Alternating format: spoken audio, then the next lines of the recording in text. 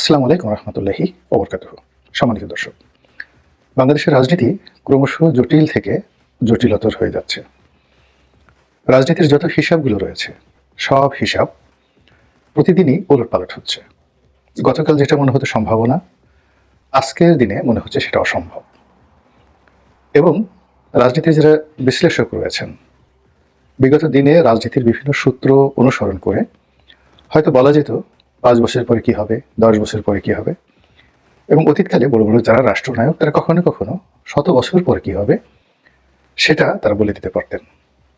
কিন্তু যেখানে রাজনৈতিক বিশৃঙ্খলা তৈরি হয়, অরাজকতা তৈরি হয় এবং রাজনৈতিক কোনো সূত্র যেখানে কাজ করে না, সেখানে আসলে প্রতিদিন, প্রতিক্ষণে, প্রতি মুহূর্তে পরিবেশ এবং পরিস্থিতির কারণে বিভিন্ন ঘটনার ব্যাখ্যা, বিশ্লেষণ এবং পরিণতি আলাদা হয়। আমাদের দেশে এই যে জুলাই এবং আগস্টে যে একটা বিপ্লব হলো, এটি ছিল একেবারে অভাবনীয়। শুধু অভাবনীয় বললে হবে না, এটি ছিল অলৌকিক। এমন ঘটনা আমরা কখনো দেখিনি, এমন ঘটনা আমরা কখনো শুনিনি।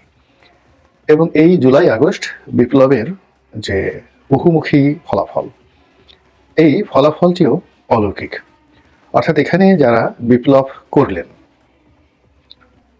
তারা আমাদের এই সমাজের তরুণ বলে পরিচিত। তাদের কখনোই ক্ষমতার লোভ ছিল না, লালসা ছিল না, এবং এমনকি শেখ হাসিনাকে তারা হটিয়ে দেবেন এবং সেখানে ডক্টর মোহাম্মদ ইউনূস, বিএনপি, জামাত, অন্য কেউ ক্ষমতায় আসবে এরকম কোনো টার্গেট নিয়ে তারা কিন্তু রাজপথে নামেননি। তাদের রাজপথের আন্দোলনটি ছিল একেবারে সহজ সরল, কিছু চাওয়া, এবং অবশ্যই সেটা যৌক্তিক। তারপর যখন তাদেরকে অপমান করা হলো, তারা সেটা প্রতিবাদ করলেন খুব ভদ্র ভাষায়। যখন তাদেরকে জুলুম করা হলো, তখন তারা অনেকটা অসহায় হয়ে পড়লেন এবং দেশের জনগণ তাদের পাশে দাঁড়ালো। পরিবেশ এবং পরিস্থিতি এমন দাঁড়ালো যে ক্ষমতাসীন যারা ছিলেন তারা দীর্ঘদিন ধরে মানুষকে জুলুম এবং অত্যাচার করার যে একটা অভ্যাস তারা অর্জন করেছিলেন, এই অভ্যাসটি 2024 সালের জুলাই আগস্টে এসে তারা আগের মতন করে আবার সেই অভ্যাসটি চরিতার্থ করার জন্য যখনই চেষ্টা করলো, অমনি একটা বিপ্লব হয়ে গেল। এই বিপ্লবের বীজ সারা বাংলাদেশের রন্ধ্রে রন্ধ্রে এটি বপন করা ছিল। দীর্ঘদিনের 15 বছরের যে অনাচার, অবিচার, অত্যাচার, কুশাসন সব মিলিয়ে মানুষের যে হৃদয়, মন এবং মানসিকতা ভেঙে পড়েছিল এবং তারা অভিশাপ দিয়ে এই সরকারের নিকুচি করছিল। এবং পরবর্তীতে যখন সুযোগ এলো, তখন সাধারণ মানুষ বাঁধ ভাঙা জোয়ার যেভাবে উপচে পড়ে, ঠিক সেইভাবে এই ছাত্রদের পক্ষে তারা উপচে পড়লো। এর ফলে বিপ্লব হলো। কিন্তু বিপ্লবের পর যে ঘটনাগুলো ঘটলো, অর্থাৎ যেভাবে উপদেষ্টা পরিষদ গঠিত হলো, যেভাবে ডক্টর মোহাম্মদ ইউনূস ক্ষমতা গ্রহণ করলেন, যেভাবে 2 জন ছাত্রকে এখানে মনোনীত করে উপদেষ্টা পরিষদে নেওয়া হলো, একজন ছাত্রকে মাস্টারমাইন্ড হিসেবে পরিচয় করে দেওয়া হলো, এই ঘটনা তারা যেভাবে বলল তাতে মনে হলো যে দীর্ঘকাল ধরে তারা এরকম একটি ঘটনা ঘটানোর জন্য প্রস্তুতি নিয়েছিলেন। আর অন্যদিকে যারা সাধারণ মানুষ তারা খুব আহত হলেন যে তারা তো এরকম কোনো দৃশ্য দেখেনি। তারা সরল বিশ্বাসে এই ছাত্রদের যে উপর যে জুলুম চলছিল, অত্যাচার চলছিল, বা এই ছাত্রদের যে আশা ছিল, আকাঙ্ক্ষা ছিল, সেই আশা আকাঙ্ক্ষার উপর তারা সমর্থন জানিয়েছিল। যাই হোক, যখন এরকম একটা বিপ্লব হয়, বিপ্লবের পরে সবচেয়ে বেশি লাভবান হয় তারা যারা সুসংগঠিত থাকে, যাদের একটি সংগঠন থাকে। এখন আওয়ামী লীগের অবর্তমানে এবং তাদের যারা সহযোগী ছিল তাদের অবর্তমানে বাংলাদেশে সবচেয়ে শক্তিশালী সংগঠন বিএনপি, তারপরে জামাত, জামাতের পর আরো কয়েকটি ছোট বড় ইসলামপন্থী দলগুলো রয়েছেন। তো এই কারণে কি হলো, এখন যে একটা গণতান্ত্রিক পরিবেশে অগ্রযাত্রা শুরু হয়েছে, কিংবা ধরুন এখন যেভাবে গণতন্ত্রের পথে এগুলোর আমরা চেষ্টা করছি, সেখানে সঙ্গতের কারণে বিএনপি একেবারে সম্মুখ সারিতে চলে আসে। কিন্তু বাস্তবতা হলো যে গত 15 বছরে বিএনপির যে রাজনৈতিক সামর্থ্য, রাজনৈতিক স্বপ্ন এবং রাজনীতির যে সংঘ, এটি অভ্যন্তরীণ সংঘ এবং বহির্সংঘ, অর্থাৎ দলের ভিতরে যে অভ্যন্তরীণ চেইন অফ কমান্ড বা বিভিন্ন সংগঠনগুলোর মধ্যে যে ধরনের সম্পর্ক থাকা দরকার, সেটি ব্যাহত হয়েছে। এরপর তাদের যে জোট ছিল, সেই জোটও ভেঙে চুরমার খান খান হয়ে গিয়েছে। তারপর বিদেশের যে সকল রাষ্ট্রের সঙ্গে তাদের যে সম্পর্ক ছিল, সেই সম্পর্কটিও তারা রাখতে পারেনি। তাদের পরীক্ষিত বন্ধু সংযুক্ত আরব আমিরাত, আমেরিকার রিপাবলিকান পার্টি, তারপর পাকিস্তানের গোয়েন্দা সংস্থা আইএসআই থেকে শুরু করে পুরো পাকিস্তান যে সকল শক্তি রয়েছেন তারা, এর বাইরে চীন এবং সৌদি আরবিয়া, এদের সঙ্গে বিএনপির একটা ঐতিহাসিক সম্পর্ক, যা গত 15 বছরে ধীরে ধীরে ধীরে ধীরে একেবারে রুইন্ড, মানে ধ্বংস হতে হতে 2024 সনের জুলাই আগস্ট বিপ্লবের আগে এটি একেবারে শূন্যের কোঠায় বসে গিয়েছিল। অভ্যন্তরীণ রাজনীতিতে তাদের সঙ্গে ইসলামপন্থীদের নিদারুণ একটি সম্পর্ক ছিল, বিশেষ করে জামাতের সঙ্গে।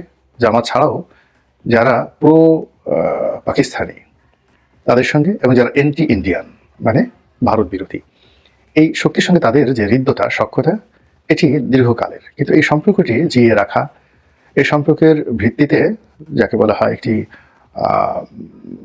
ভালো কিছু করা, এবং এই জন্য যে প্ল্যান্টেশন দরকার, যে ওয়াটারিং দরকার, এবং যে পরিচর্যা দরকার, অর্থাৎ বীজ বপন করা, তারপরে সেখানে পানি দেওয়া, গাছ লাগানো, পানি দেওয়া, এবং সেটি পরিচর্যা করা, এই কাজটি বিএনপির পক্ষ থেকে গত 8-10 বছরে ওভাবে করা সম্ভব হয়নি।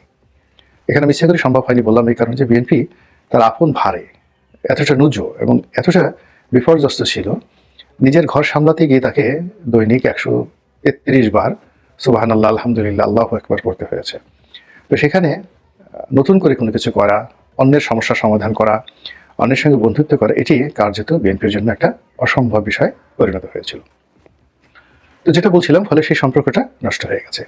দ্বিতীয় আরেকটা ঘটনা, সেটা হলো আমাদের যে ইসলামপন্থীদের মধ্যে গত 15 বছরে ভীষণ রকম বিবর্তন হয়েছে। এদের অনেকের চরিত্রের যে অবনতি, এটি মারাত্মক আকার ধারণ করেছে। প্রথমত, এরা ঘুষ খাবে, দুর্নীতি করবে, ডিজিএফআই টাকা খাবে, সরকারের দালালি করবে, এবং ক্ষমতাসীনদেরকে তারা আব্বা ডাকবে, আম্মা ডাকবে। এই অবস্থা এরশাদ জমানাতে ছিল না। এমনকি 1991 সালে যখন বিএনপি ক্ষমতা এলো, তখন অনেক বড় বড় পীর মাশায়েখ তারা নারী নেতৃত্বকে হারাম বলে বেগম জিয়ার সঙ্গে এক টেবিলে বসতে চাননি, শেখ হাসিনার সঙ্গে এক টেবিলে বসতে চাননি। তো ইসলামের আদর্শ এবং নীতি, এই দুটোকে হৃদয়ে ধারণ করে ওই ধরনের ব্যক্তিত্ব এবং চরিত্রওয়ালা যে নেতৃবৃন্দ আমাদের 80-র দশকে, 90-এর দশকে ছিল, তারা অনেকেই এখন নেই। যারা আছেন তারা খুবই বৃদ্ধ এবং অনুল্লেখ্য অবস্থায় আছেন। নতুন প্রজন্মের যারা নেতৃত্বে আছেন তারা খুব ভীষণ জিহাদি, এত জিহাদি যে তারা এই মুহূর্তে পারলে বাংলাদেশকে একটি খিলাফত রাষ্ট্রে পরিণত করে, অথবা আরেকটি গ্রুপ আছে যারা একটা রাজকীয় দাওয়াত পেলে, মানে বঙ্গভবনে একটা দাওয়াত পেলে, গণভবনে দাওয়াত পেলে, কেউ একটু পিছনে হাত বুলিয়ে দিলে, বা ডিজিএফআই, এনএসআই, র এদের কোনো কর্মকর্তার সঙ্গে দেখা সাক্ষাৎ হলে, কিছু তোহফা বা উপহার পেলে তাদের মনোমস্তিষ্ক ঠিক থাকে না। ফলে বাংলাদেশের সবচেয়ে আলোড়ন সৃষ্টিকারী যে প্রতিষ্ঠানটি হেফাজত ইসলামের একটা অংশ দুভাগে বিভক্ত হয়ে গিয়েছিল। একটা অংশ কিন্তু আওয়ামী লীগের সঙ্গে ভীষণ রকম জড়িয়ে পড়েছিল আওয়ামী লীগের দালাল হিসাবে। আবার এই যে আমরা যে তাবলিগ জামাত বলি, বিশাল সংগঠন, এই তাবলিগ জামাতেরও কিন্তু একটা বিরাট অংশ আওয়ামী লীগপন্থী, এবং এখানে জুবাইরপন্থী লোকের মধ্যেও আওয়ামী লীগপন্থী লোক আছে, সাতপন্থী লোকদের মধ্যেও আওয়ামী লীগপন্থী আছে। এদের এই যারা ইসলামপন্থী, কেন্দ্রীয় কোনো নেতৃত্ব নেই। আমরা আওয়ামী লীগ জামাত আহমেদ শফির নাম শুনেছি, কিন্তু ইনি আসলে একজন মুরব্বী মানুষ, ভদ্রলোক মানুষ, আলেম ওলামা। কিন্তু আগের যারা ছিলেন, যেমন মাওলানা মুহিউদ্দিন খান সাহেব ছিলেন, তারপরে হাফিজ হুজুর সাহেব ছিলেন, তারপরে খতিব উবায়দুল্লাহ সাহেব ছিলেন, এরকম অনেকে ছিলেন, মাওলানা আমিনুল ইসলাম সাহেব ছিলেন, তারপরে শামসুল হুদা পাঁচবাগী সাহেব ছিলেন। এরকম অনেক বড় বড় ইসলামী স্কলার ছিলেন যারা রাজনৈতিকভাবে সমৃদ্ধ, নেতৃত্বের গুণাবলী সম্পন্ন। তো এই রাজনৈতিক যারা নেতৃত্ব রয়েছেন বাংলাদেশে, তারা ইচ্ছা করে তাদেরকে বিভ্রান্ত করতে পারতেন না। তো সেই পর্যায়ে নেতৃত্ব না থাকার কারণে এখন কি হচ্ছে, অনেক ছোট ছোট গ্রামের মেম্বার হতে পারেন না, এরকম রাজনৈতিক জ্ঞানও তাদের নেই, অথচ তারা বাংলাদেশের রাষ্ট্রপতি হওয়ার, প্রধানমন্ত্রী হওয়ার স্বপ্ন দেখে বিরাট একটা রাজনৈতিক দল খুলে সারা বাংলাদেশ চষে বেড়াচ্ছেন। এরকম অসংখ্য সংগঠন, ইসলামিক সংগঠন দেখতে পাবেন। এইগুলো একটা। দ্বিতীয় রয়েছে, সেটা হলো আমাদের দেশে ওয়াজ মাহফিল, এটি একটা বাণিজ্যিক প্রতিষ্ঠানে পরিণত হয়েছে। এবং একসময় ওয়াজ যারা করতেন, জনাব দেলোয়ার হোসেন সাইদি, তারপরে ওয়াজ করতেন আরও অনেকে, হাবিবুর রহমান যুক্তিবাদী।